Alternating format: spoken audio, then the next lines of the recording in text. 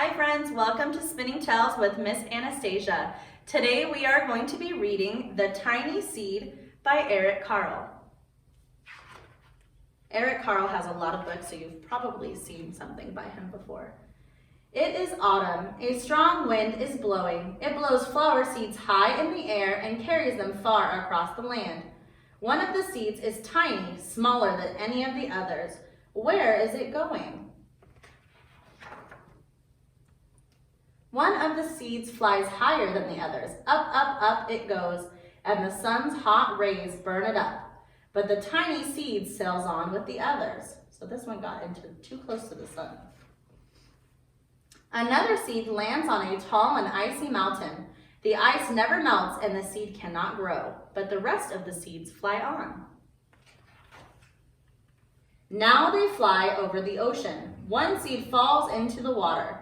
The others sail on in the wind. One seed drifts down onto the desert. It is too hot and too dry, so the seed cannot grow. Now the tiny seed is flying very low, but the wind is pushing it on.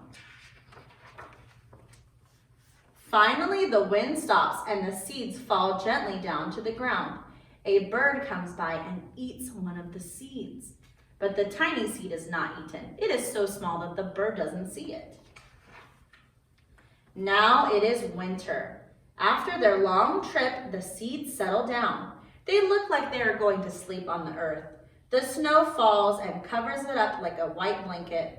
A hungry mouse that also lives in the ground eats a seed for lunch. But the tiny seed lays very still and the mouse doesn't see it. Now it is spring. After a few months, the snow has melted. It is really spring. Birds fly by, the sun shines, and rain falls. The seeds grow so round and full that they start to burst open a little bit. They are not seeds anymore. They're a plant. First, they send roots down into the earth, and then their little stems and leaves begin to grow toward the sun. There is another plant that grows much faster than the new little plants. It's a weed. It takes all the sunlight and the rain away, and then the other little plants die. The tiny seed has not begun to grow yet. It's going to be too late. Hurry, hurry. But it finally starts to grow into a plant. See how it's tinier than the other ones? The warm weather also brings children out to play. They too have been waiting for the sun and the springtime. One child doesn't see the plants as he runs and he breaks one. Now it can't grow anymore. See this big foot stepping on the plant? The tiny plant that grew from the tiny seed is growing fast, but the neighbors grow even faster. One friend picks the flower. He picked the flower to give it to his friend. That's so nice. It is now summer, and the tiny plant from the tiny seed is all alone. It grows bigger and bigger and bigger. It's a giant flower. Look how huge it is. All summer long, the birds and the bees and the butterflies come to visit. They have never seen such a big and beautiful flower. Now it is autumn again, and the days grow shorter. The petals begin to fall. So the flower is losing all of its petals. The winds blow harder, and many tiny seeds fly on the wind. So now it's growing again. And at the end, you're going to have your very own big, beautiful flower. That's what we're going to make now, friends. So our art project today for Spinning Tales is to make our very own giant flower from a little tiny seed. So this is our project. What you guys will need is an outline of the tiny seed. You can find one online or you can just make it yourself. You can draw your own flower, just write the tiny seed in the middle or have your parents help you, and then we are going to design it. You will also need orange, yellow, and red tissue paper. I used streamers for this. So the craft supply streamers you can cut into little squares just like tissue paper. And then you need green tissue paper as well. So this one is tissue paper, not streamers, but if you only have streamers, you can also use those. And then you will need a glue stick.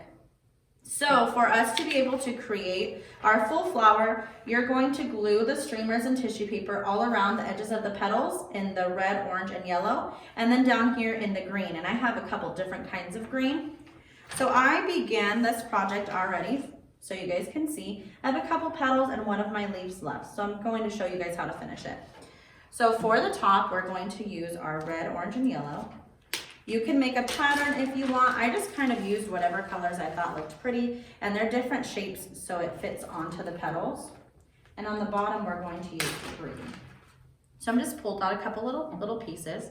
We are going to use our glue stick and just put the glue directly onto the petal. And then I like to touch my finger onto the glue so it's a little bit sticky, and then touch it onto the tissue paper, and it helps it stick to my finger.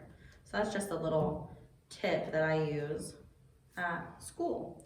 So then as you're filling it in, I'm just using different pieces to fill in the petal. See what it looks like? So then I'm gonna do the second one. Again, touch the glue, and then you can pull the different colors. So since I did orange and yellow on the other one, I'm gonna add some red to this one.